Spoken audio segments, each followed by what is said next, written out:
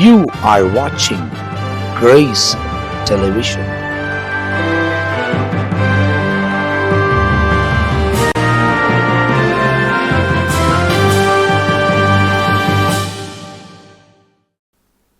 அன்பானவர்களே, ஆண்டவரின் நாமத்தில் வாழ்த்துக்கள். தேவன் உங்களை நேசிக்கிறார். தேவன் உங்கள் மேல் நினைவாய் இருக்கிறார். பரலோகம் உங்களை கண்காணித்து கொண்டிருக்கிறது. உங்கள் மேல் ஒரு பெரிய திட்டத்தை வைத்திருக்கிறார். உங்களை உயர்த்த வேண்டும் என்று, உங்களை மேன்மைப்படுத்த வேண்டும் என்று, அநேகருக்கு நீங்கள் ஆசீர்வாதமாய் மாற வேண்டும் என்று தேவன் ஒரு பெரிய திட்டம் வைத்திருக்கிறார். அந்த திட்டத்துக்குள்ளே அது என்ன திட்டம் என்றும், அந்த திட்டத்தின் முக்கியம் என்ன என்பதை நீங்கள் புரிந்து கொண்டு செயல்பட ஆரம்பித்தால் நீங்கள் அநேகருக்கு ஆசீர்வாதத்தின் வாய்க்காலாய் மாற முடியும். உங்கள் மூலம் அநேகர் நன்மை அடைவார்கள். உண்மையா? அப்படின்னா என்ன செய்யணும்? ஆண்டவர் என்ன சொல்லுகிறார்? யோர்தான் அனுபவமும் பரலோக பேரின்பமும். ஒரு வசனம், மத்தேயு சுவிசேஷம் 3ஆம் அதிகாரம் வசனம் 16. இந்த வேத பகுதியில் யோர்தானை பார்க்கிறோம், தேவ ஊழியரை பார்க்கிறோம், ஆண்டவராகிய இயேசுவை பார்க்கிறோம், பரலோக தொடர்பை பார்க்கிறோம். யோவான் ஸ்நானகன் ஒரு வல்லமையான ஊழியக்காரர். பிரசங்கம் பண்ணுறார், ஜனங்களே மனம் திரும்புங்க, உலகம் உங்களை ரொம்ப இழுத்துக்கிட்டு போய்கிட்டு இருக்கு,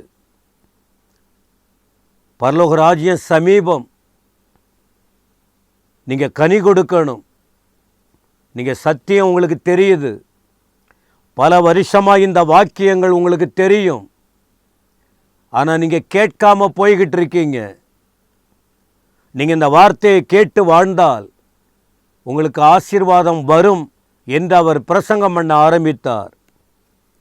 ஒரு கூட்டம் அதை புறக்கணித்தது, சில ஜனங்கள். ஒரு கூட்டம் அவர் சொன்ன வார்த்தையின் கருத்தை புரிந்து கொண்டு ஞானஸ்நானம் எடுத்தார்கள், யோவான் ஸ்நானகன் மூலமாக. அப்பொழுதுதான் ஆண்டவரை பற்றி அவர் சாட்சி கொடுக்கிறார். நான் உங்களுக்கு ஞானஸ்நானம் கொடுக்கிறேன், இது என்னுடைய அழைப்பு. ஆனால் எனக்கு பின்னால் ஒருவர் வரப்போகிறார், அவர்தான் தேவாதி தேவன். நான் தேவன் அல்ல. அவர் வருவதற்கு வழியை உருவாக்க வந்த ஒரு மனுஷன் நான்.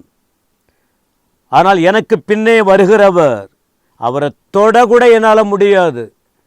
அவர் பரலோகத்தின் தேவன், அவர் பரிசுத்த தேவன், அவர் வல்லமையுள்ள தேவன், அவர் தான் எல்லாமே என்று சாட்சி கொடுத்தார்.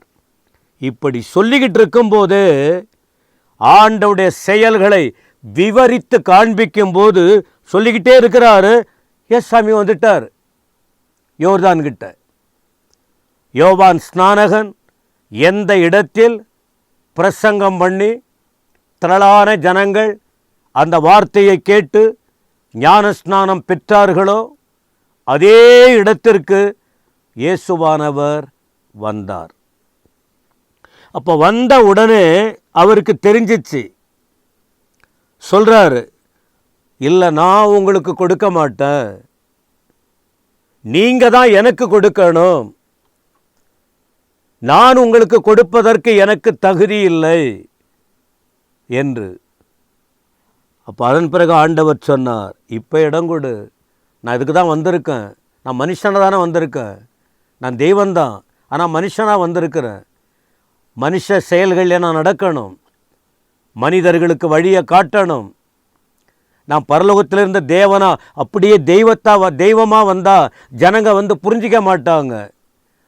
நான் செய்கிறபடி ஜனங்களும் செய்யணும், வழியை பின்பற்றணும்.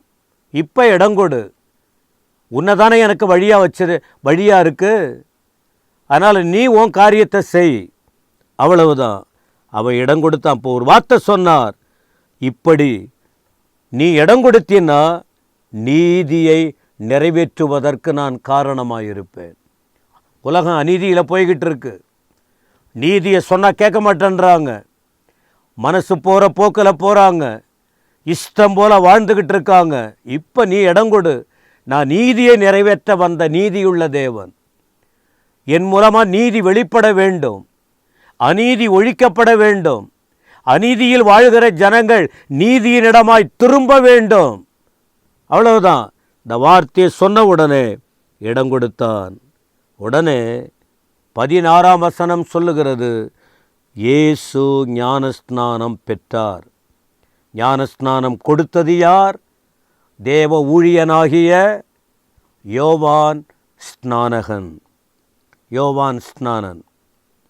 ஞானஸ்நானம் எடுத்தது யார்? ஆண்டவராகிய இயேசு.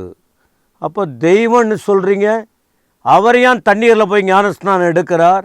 அவர் தேவாதி தேவன். ஆனால் அவர் மனிதனாய் வந்தார். மனிதனுக்காக வந்தார். அவர் ஒருவர் வராமல் இருந்திருந்தால் என்ன நடந்திருக்கும் தெரியுமா? அதை தான் விவரமாக ஆண்டுடைய வார்த்தை அவ்வப்போது இந்த கிரேஸ் டிவி மூலமாகவும் பல விதங்களில் விளக்கமாக சொல்லி கொண்டிருக்கிறோம். யார் அந்த இயேசு? யாருக்காக வந்தார்? என்ன செய்தார்? அவர் வராமல் இருந்திருந்தால் என்ன நடக்கும்? அவர் வந்து என்ன செய்தார்? திரும்ப இந்த இதில் வருகிற வார்த்தையை கேளுங்க, கவனிங்க, புரிந்து கொள்ள முடியும். ஞானஸ்நானம் எடுத்தார், தண்ணீரிலே கரையேறினார். அப்போது ஞானஸ்நானம் என்பது தண்ணீரிலே மூழ்கி எடுக்க வேண்டும். அதுதான் ஞானஸ்நானம். ஞானஸ்நானம் எடுக்க தடை வரக்கூடாது. இது ஒவ்வொரு கிறிஸ்தவர்களும் கடைபிடிக்க வேண்டிய காரியம். என்ன? தண்ணீரிலே மூழ்கி ஞானஸ்நானம் எடுக்க வேண்டும். இயேசு கிறிஸ்து தண்ணீரில் யோர்தான் நதியில் இறங்கினார். யோவான் அவருக்கு ஞானஸ்நானம் கொடுத்தார். கரையேறின உடனே நான் சொன்ன பரலோகத்தின் தொடர்பு, பரலோகத்தின் ஆசீர்வாதம். இப்பொழுது வானம் அவருக்கு திறக்கப்பட்டது. மேலே தேவ ஆவி புறாவை போல மேலிருந்து இறங்கி வருகிறார். பிதாவாகிய தேவன் பரலோகத்தில் இருக்கிறார். இந்த சந்தர்ப்பத்தில் பரிசுத்த ஆவியானவர் பரலோகத்தில் இருக்கிறார். ஆனால் இறங்கி வந்து கிரியை செய்கிறார். அப்போஸ்தலர் 2ஆம் அதிகாரத்தில் தான் நிரந்தரமாய் வந்து இந்த பூமியில் இன்றைக்கும் அவர் செயல்பட்டு கொண்டிருக்கிறார். அப்பொழுது வானத்திலிருந்து ஒரு சத்தம் உண்டானது, இவர் என்னுடைய நேசகுமாரன், இவரில் பிரியமாயிருக்கிறேன். ஆண்டவரை போல எனக்கு அருமையான தேவ ஜனமே, தேவ நீதியை நிறைவேற்ற ஒப்பு கொடுப்பீங்களா? ஞானஸ்நானம் எடுப்பீங்களா? வானம் உங்களுக்கு திறக்கப்படும். நீ தேவ பிள்ளையாய் மாறுவாய். உன் வாழ்க்கையில் தடைப்பட்ட காரியம் மாறும். தடைகள் உடைக்கப்படும். நீங்கள் அழ வேண்டிய அவசியம் இல்லை. தேவன் உங்களுக்கு துணையாக இருப்பார். நீங்கள் தேவ பிள்ளையாக இருப்பீங்க. அவர் உங்கள் வழியை திறப்பார். அவர் உங்களை ஆசீர்வதிப்பார். அவர் உங்கள் தலையை உயர்த்தி மேன்மைப்படுத்துவார். நீங்கள் அனுபவத்துக்குள்ளே வந்து பாருங்கள். நாங்கள் சொல்கிற உண்மை என்னன்னு உங்களுக்கு தெரிஞ்சுக்கலாம். தேவன் உங்களை உபயோகப்படுத்துவார். எங்கள் பரம தகப்பனே ஸ்தோத்திரம். அருமையான வார்த்தைகளுக்காக ஸ்தோத்திரம். நாங்கள் உம்முடைய வார்த்தைக்கு செவி கொடுத்து நீதியை நிறைவேற்ற ஒப்பு கொடுக்கும் போது எங்களுக்காக வானத்தை திறக்கிறவர், வறண்ட நிலையை மாற்றுவீர். பரலோக பாதுகாப்பு எங்களுக்கு கிடைக்கும். நாங்கள் இந்த பூமியில் அனாதைகளாக இருக்க முடியாது. அப்பா பிதாவின்னு கூப்பிடுகிற அந்த உரிமை எங்களுக்கு கிடைக்கும். அந்த தன்மையை விட்டு தூரமாக இருக்கிற பிள்ளைகள், இந்த வசனத்தை கேட்கிறவங்க தண்ணீரிலே மூழ்கி ஞானஸ்நானம் பெற்றுக்கொள்ள அந்த தயவை தாரும். இந்த வார்த்தைக்காக ஸ்தோத்திரம். இயேசுவின் நாமத்தில் ஜெபங்கேளும் நல்ல பிதாவே. ஆமென், ஆமென்.